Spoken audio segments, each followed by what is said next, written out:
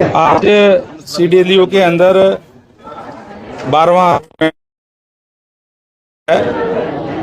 और अभी जैसे आप लोगों ने देखा कि आज इसका आगाज हुआ है और ये लगातार 5 दिन चलेगा और बहुत ही शानदार बच्चों ने, छात्र छात्राओं ने अपनी प्रतिभा दिखाने का काम किया। मैं समझता हूं कि इस तरीके के मंच से आगे आने वाले समय के अंदर बहुत सी प्रतिभाएं निकल के आती है जो अलग अलग फील्ड के अंदर अपना कार्य करती है। मैं इन बच्चों को बहुत बहुत शुभकामनाएं देता हूं और यहाँ के VC आदरणीय प्रोफेसर विजय कुमार जी को भी बहुत बहुत बधाई देता हूं कि बहुत ही शानदार आयोजन करने का काम किया है। और युवा हमारे देश की शक्ति है और आज जिस तरीके से भारतीय जनता पार्टी की सरकार लगातार है, युवाओं के लिए शिक्षा के साथ साथ रोजगार भी इनको मिले, इस तरीके की व्यवस्था करने का काम हरियाणा सरकार की तरफ से किया जा रहा है, जहां शिक्षा के साथ साथ कौशल की भी शिक्षा मिलेगी। और हरियाणा सरकार का इस बात के लिए प्रयास है कि हर एक जिले के अंदर जो कौशल विद्यालय भी जो है वो खुलेगा। इस तरीके का विचार सरकार में चल रहा है जिससे शिक्षा और रोजगार के अंदर कोई ज्यादा अंतर ना रहे, जो बच्चा शिक्षा ग्रहण करे उसको रोजगार मिले। इस बात के लिए हरियाणा सरकार की तरफ से पूरा प्रयास किए जा रहे हैं। हरियाणा सरकार, भारतीय जनता पार्टी की सरकार पिछले 11 सालों से बनी है, तब से एक मेरिट के आधार पर नौकरियां देकर के युवाओं के अंदर एक विश्वास पैदा करने का काम किया है, जिससे आज युवा जो है वो पढ़ता है और जब युवा पढ़ता है तो सरकारी मिल जाएगी, सरकारी नहीं जाएगी तो प्राइवेट के अंदर जाएगा, कहीं भी जाएगा। और उसको कौशल की शिक्षा भी दी जा रही है ताकि अपना रोजगार वो करके और दूसरों युवाओं को भी रोजगार देने का काम करे।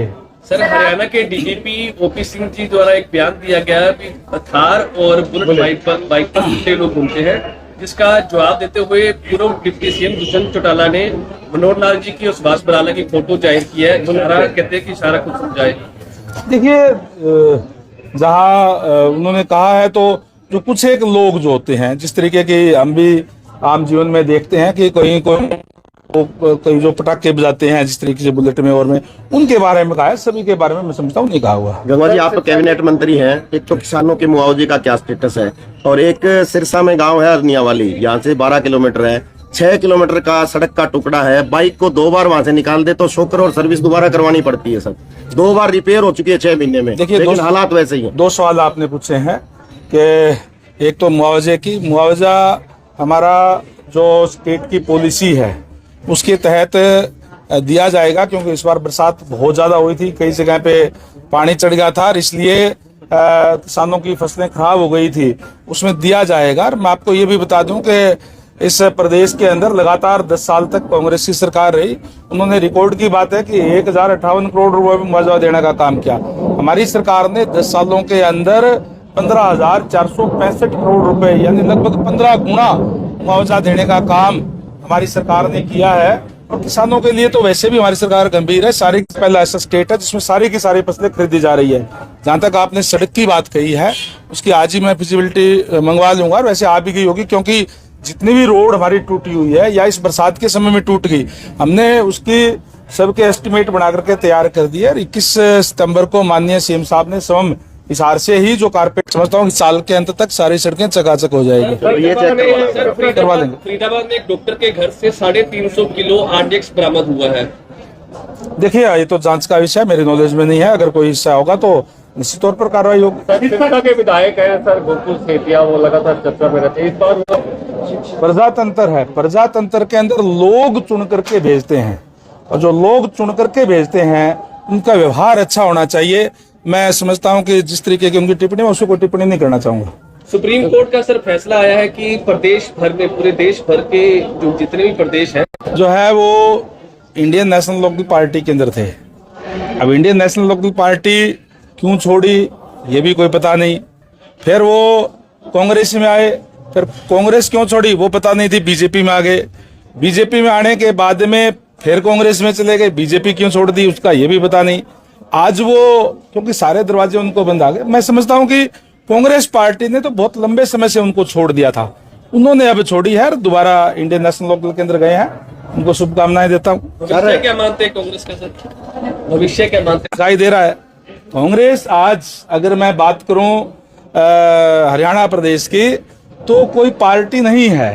कांग्रेस के अलग अलग गुट हैं, कोई शैलजा जी का है, कोई हुड्डा जी का है, कोई रणदीप जी का है, अब तो कोई वीरेंद्र सिंह जी भी अलग बना रहे हैं, कोई पांचवा और बना रहा है। इस तरीके से है और ऐसे गुट हैं जिनके आपस में बिल्कुल ही तालमेल जो है वो नहीं है विचारों का।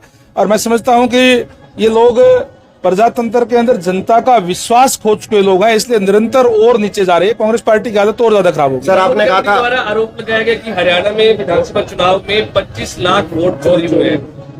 देखिए, मैं समझता हूं कि वोट तो चोरी हुए हैं, मैं मानता हूं इस बात को, लेकिन इस बात पे कांग्रेस को आत्ममंथन करना चाहिए, चिंतन करना चाहिए कि चोरी क्यों हुए हैं।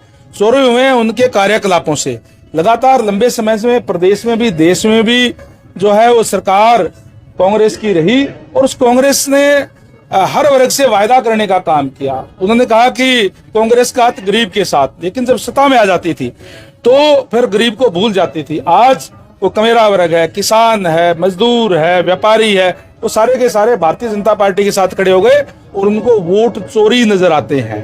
इस तरह की बातों कर रहे हैं। कांग्रेस के विधायक हैं गोकुल सेठिया ने साफ तौर पर आपको चेतावनी दी है, चैलेंज दिया है कि आप उनके मैंने कहा दिया, मैंने पहले कह दिया आप उनके विधानसभा में इंटरफेयर कर रहे हैं, तो इसलिए गोकुल सेठिया भी जिसकी इतनी अच्छी सोच जिसकी, उसके बारे में क्या टिप्पणी मैं करूंगा। किसी और से करवा लेना, हमारे घना ही वर्कर है, बता देंगे। देखिए, प्रजातंत्र है, प्रजातंत्र के अंदर मैंने जैसे पहले कहा कि लोग चुन करके आपको भेजते हैं और लोग ये देखते हैं कि आपका व्यवहार कैसा है। उसका कोई व्यवहार, उसका कोई ऐसा नहीं जिसपे मैं कोई टिप्पणी करूं।